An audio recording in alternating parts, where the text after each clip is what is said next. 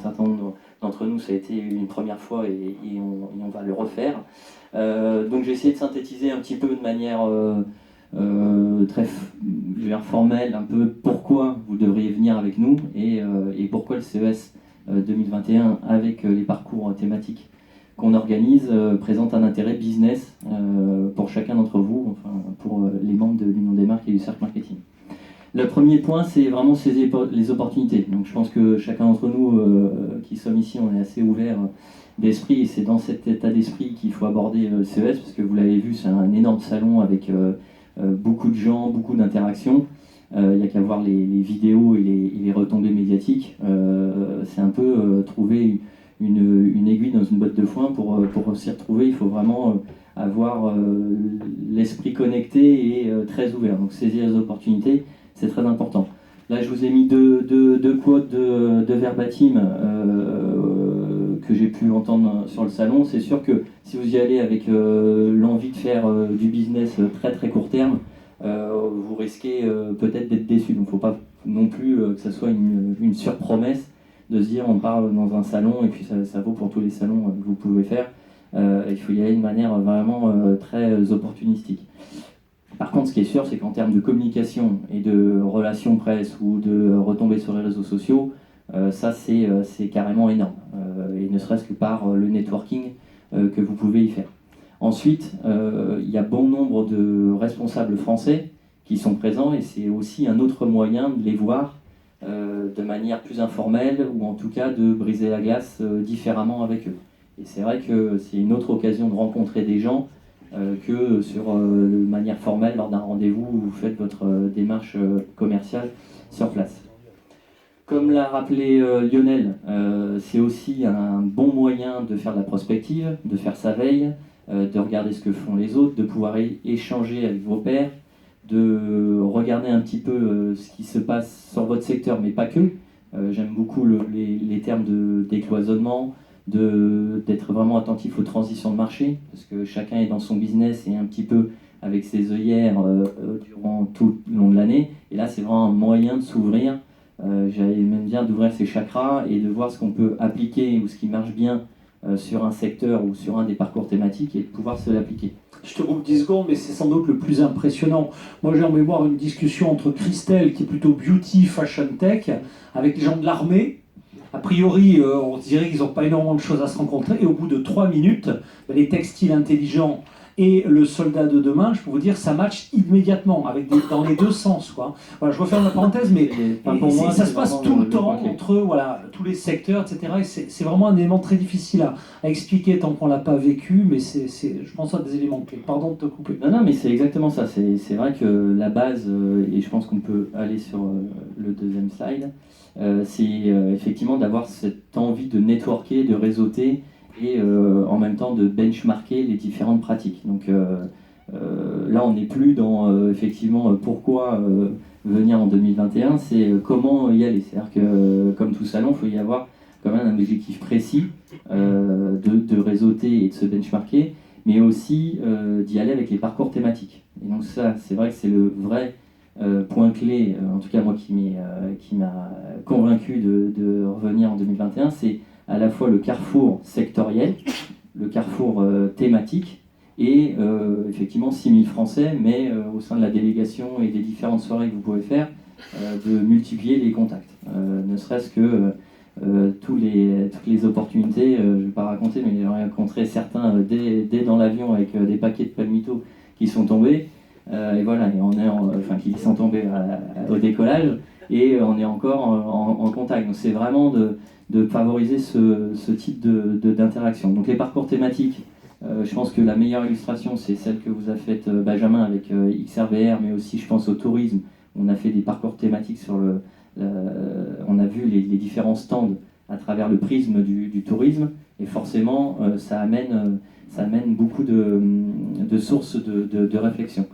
Quelque chose qu'on a peu vu, mais en tous les cas qui nous est rien apparu, et je pense que ça sera une réflexion avec Marc Lionel, c'est les salons privés. C'est-à-dire qu'il y a le salon en tant que tel où vous arpentez les différentes rues du salon et les 3 points sur les sites, mais il y a aussi toutes les suites que réservent les marques ou les stands, et où là vous faites venir en fait en amont et vous préparez bien le salon pour faire venir vos prospects et vos clients dans une suite où là vous pouvez montrer toute l'expérience utilisateur de vos solutions et de vos produits. Donc ça, dans les présentations, je vous ai mis le petit lien, il y a une société 22 qui est sur tout ce qui est aussi réalité augmentée et qui le fait depuis 3 ans.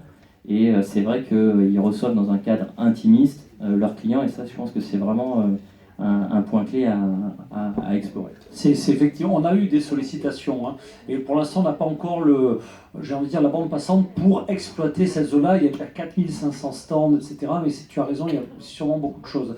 Notamment nos cousins de ST Micro, qui ont 2 étages entiers d'un hôtel, avec des démos partout, et on n'a pas vraiment encore trouvé le véhicule. Voilà. Et pour terminer, effectivement, d'un point de vue Marcomtech, donc mieux appréhender les grandes tendances. Donc là, avec les exposés que vous avez vus, vous avez pu voir vraiment des cas d'usage. Et dans le marketing et la communication, je pense que tout le monde s'accorde à dire que c'est l'aspect utilisateur et expérience utilisateur qui crée l'effet waouh et qui est vraiment l'engagement du client final, ou en tout cas de l'utilisateur. Donc ça, c'est vrai que en voyant tous ces stands et tous ces cas d'usage, c'est vraiment une claque que vous prenez, et il faut pouvoir digérer ces 3-4 jours sur place. Et l'avantage, c'est qu'en faisant appel à ces parcours thématiques et aux restitutions auxquelles vous assistez là, voilà, ça vous permet de mieux les digérer, de mieux les appréhender. L'aspect analytique, on en a parlé, et c'est vrai que Jean-Claude l'a bien souligné, ça va être exponentiel, tout en n'oubliant pas l'aspect cybersécurité. Et puis moi, quelque chose vraiment qui m'a marqué dans les grandes tendances, on parle beaucoup d'IA, d'intelligence et d'esprit analytique, mais on retrouve de plus en plus aussi la partie émotionnelle. Donc on peut l'avoir à travers les sensors, mais d'y inclure cette dimension je dirais émotionnelle, ou en tout cas avec tout ce qui va être empreinte cardiaque, ou les sensors qui vont voir votre niveau de stress ou votre niveau de fatigue, de pouvoir l'inclure dans l'intelligence artificielle. Je pense que ça va être le meilleur des deux mondes, à la fois le virtuel et l'analytique, et aussi le réel avec l'interaction humaine en live. Voilà. C'est une belle conclusion, et pour nous autres Européens, on a quand même un cadre à la fois culturel, religieux, où les technologies nous font peur, et sans doute à juste titre, parce qu'on voit aussi des pays totalement décomplexés en matière d'IA, de reconnaissance faciale, de zéro cybersécurité. Donc on voit bien que la prise de conscience et le besoin de travailler en réseau est plus que jamais important. Mais là, pour rebondir à l'inverse, donc sur le côté non pas effrayant, mais le futur c'est maintenant, je pense que les pays qui ont une culture animiste, je pense au Japon notamment, très forte tech, et les objets ont une âme, ils ont de l'avance sur cette notion-là, et nous proposent des UBO, parce que le mot n'a pas été prononcé, mais c'est bien ça, si vous avez vu la série d'Arte, on y est vraiment, avec vraiment du cognitif, de l'émotionnel, le tout couplé à l'IA, qui vous laisse quand même un peu songeur. Donc c'est à la fois passionnant, c'est étonnant, effectivement. Merci Jean-Charles d'avoir conduit cette délégation. On est vraiment dans les temps, hein. Il est 9h04, on peut applaudir Jean-Charles, on peut applaudir tous les intervenants. On va laisser encore 5 minutes peut-être de questions, de réactions. Moi je vous incite vraiment, ça coûte cher, ce qui coûte cher à Vegas, c'est l'avion et c'est l'hôtel, parce que tout augmente. Mais si on vous a convaincu et que vous êtes capable d'acheter un avion avant le mois de juin, et un billet d'avion, on a acheté un avion pour certains d'entre vous, mais pas tous, un billet et un hôtel, pour le coup ça vaut pas cher. C'est-à-dire que les billets d'avion, on les trouve à moins de 500 € en vol direct avant juin, et les chambres d'hôtel, on peut trouver dans les hôtels accrédités des chambres sur la semaine à environ 1000 €. Donc 200. Je vous donne un exemple, une chambre à l'hôtel Flamingo, ça coûte 80 $ en temps normal, ça passe à 700 $ pendant le CES, la nuit.